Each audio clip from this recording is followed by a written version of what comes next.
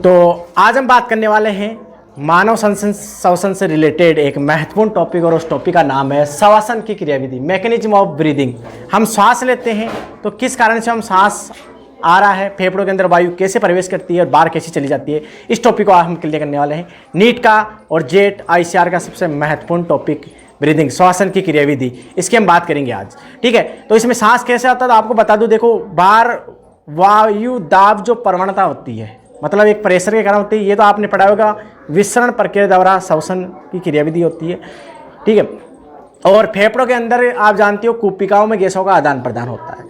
तो इसमें क्या होगा, देखो वायु दाब फेफड़ों में क्या है, अंदर कम है, यहाँ के जो है गुहा, इस गुहा को बोलते हैं वक्ष गुहा, और बाहर वायुदाब अधिक है, फेफड़ों का वायुदाब कम है। तो क्या होगी, वायु अंदर प्रवेश कर जाएगी, मतलब इंस्पायरेशन हो जाएगा, मतलब क्या हो जाएगा, इंस्पिरेशन हो जाएगा, मतलब वायुमंडलीय वायु का अंदर की ओर खींचा जाना, ये हो जाएगा। अब CO2 गैस बनी है विभिन्न उपापचय क्रियाओं के फलस्वरूप श्वसन प्रक्रिया के दौरान, तो इसमें जो श्वसन के दौरान जो CO2 बनी है वो फेफड़ों में आकर स्टोरेज हो जाएगी। अब वायु दाब जो है यहाँ का फेफड़ों का, वो क्या हो जाएगा, अधिक, और बाहर का कम है, तो बाहर क्या हो जाएगी, वायु बाहर चली जाएगी, मतलब इंस्पिरेशन हो जाएगा। अब इसे कैसे होता है, इस पूरे टॉपिक को समझते हैं हम।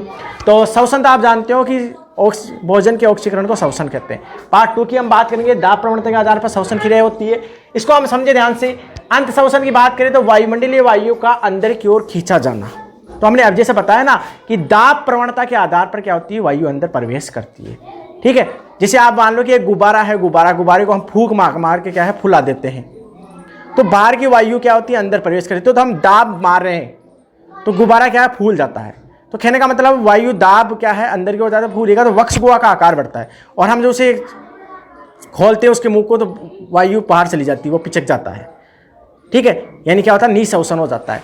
तो एक गुब्बारे से आप इसे समझ सकते हो अच्छी तरह। तो इसमें क्या होगा, देखो निःश्वसन में क्या होगा, इसके द्वारा वायुमंडलीय वायु को बाहर निकाला जाता है। तो इसको हम डायग्राम से समझते हैं, महत्वपूर्ण टॉपिक है। सारे के सारे हम जो लाइनें लिखी वो NCERT बेस्ट लिखने की है, नीट के एग्जाम के लिए महत्वपूर्ण टॉपिक है ये। प्रति मिनट जो सांस दर होती है वो 12 से 16 बार, यानी 1 मिनट में 12 से 16 बार क्या लेते हैं, श्वास लेते हैं। ठीक है, अब इसमें क्या होगा, इसको मापने के लिए एक यंत्र होता है, स्पायरोमीटर। श्वसन गतिविधियों में सम्मिलित वायु आयतन को मापने का एक यंत्र होता है, स्पायरोमीटर। जिसे अलग अलग यंत्र होते हैं, थर्मामीटर होता है, ठीक है, लेक्टोमीटर होता है, स्पाइगोमेनोमीटर होता है जो ब्लड प्रेशर को मापता है। इसी प्रकार फेफड़ों की वायु को मापने के लिए एक यंत्र होता है, और उस यंत्र का नाम है स्पायरोमीटर। क्या होता है, स्पायरोमीटर। अब इसमें क्या होगा, अंत श्वसन इंस्पिरेशन में क्या होगा, हम बात कर लेते हैं।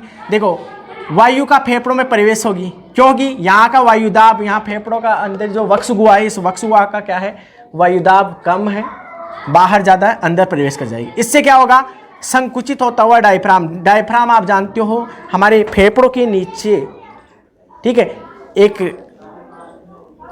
अर्धचंद्राकार संरचना बनी हुई है जो श्वसन में क्या करती है, सहायता करती है। उस संरचना का नाम है डायफ्राम, यानी तनुपट। ठीक है, तो ये क्या होगा, संकुचित होता, और पसलियों व उरोस्थियों का बाहर की हो जाना। आप जानते हो कि हमारी जो पसलियाँ रिब्स, इंग्लिश में रिब्स बोलते हैं, और यहाँ की एक हड्डी है उरोस्थि बोलते हैं, उसे स्टर्नम बोलती है। तो हम जैसे सांस अंदर जाता है, ये बाहर की ओर उड़ती है। ठीक है, तो इसका मतलब है कि ये बाहर की ओर जाएगी, वायु अंदर प्रवेश करेगी, संकुचित डायफ्राम होगा, और वक्ष का आयतन में वृद्धि होगी। तो इसके सारे पॉइंटों को हमने साइड में लिख रखा है। ये जो भी होता है, ये होता है अंतरापेशुक पेशियाँ होती है, बाह्य और अंतरापेशुक पेशियाँ होती है, इंटरकोस्टल पेशियाँ बोलते हैं हम, इनके कारण होता है। तो वक्ष का आयतन बढ़ना, डायफ्राम का संकुचित होना, पसलियों व उरोस्थि का फैलना, ये सारे पॉइंट हमने लिख दिए हैं, आप इन्हें नोट कर सकते हैं। अब इसकी हम बात करें, निःश्वसन की बात करें कि वायु बाहर फेफड़ों से बाहर क्यों चली जाती है। ठीक है, ध्यान से इधर देखो, निःश्वसन में क्या होता है, तो वायु का फेफड़ों से बाहर जाना, तो क्या जाएगी, यहाँ का वायुदाब अधिक हो गया, बाहर का वायुदाब क्या है, कम है। तो आप जानते हो गैस है सरल विसरण प्रक्रिया द्वारा श्वसन होता है, तो ये बाहर चली जाएगी। कैसे जाएगी, तो इसमें क्या होगा, डायफ्राम मूल अवस्था में वापस आ जाएगा। डायफ्राम क्या होगा, मूल अवस्था में वापस आ जाएगा। पसलियाँ व उरोस्थि मूल अवस्था में वापस आ जाएगी। वक्ष के आयतन में कमी हो जाएगी। तो हमने यहाँ पर साफ साफ लिख रखा है, वक्ष का आयतन कम होना, डायफ्राम एंड तनुपट का शिथिल होना, पसलियों व उरोस्थि का क्या, मूल अवस्था में आ जाना। तो फेफड़ों के अंदर वायु प्रवेश करती है, बाहर जाती है। इसमें इंपॉर्टेंट होता है क्या, दाब प्रवणता। इसके अलावा आती है अंतरापेशुक पेशी, यानी इंटरकोस्टल मसल्स होती है, उनके कारण श्वसन होता है। ठीक है।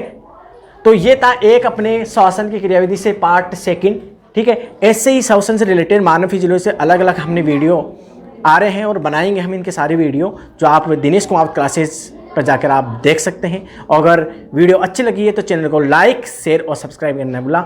आपके लिए हमें काफ़ी मेहनत कर रखे हैं उनके, अब आप चाहते हैं कि आपकी नीट की प्रिपरेशन आप ऑनलाइन करना चाहते हो तो आप इस चैनल पर आप काफ़ी सारी वीडियो बना रखे हैं, वो आप देख सकते हो। इसका स्क्रीनशॉट लेना हो तो आप ले सकते हो स्क्रीनशॉट।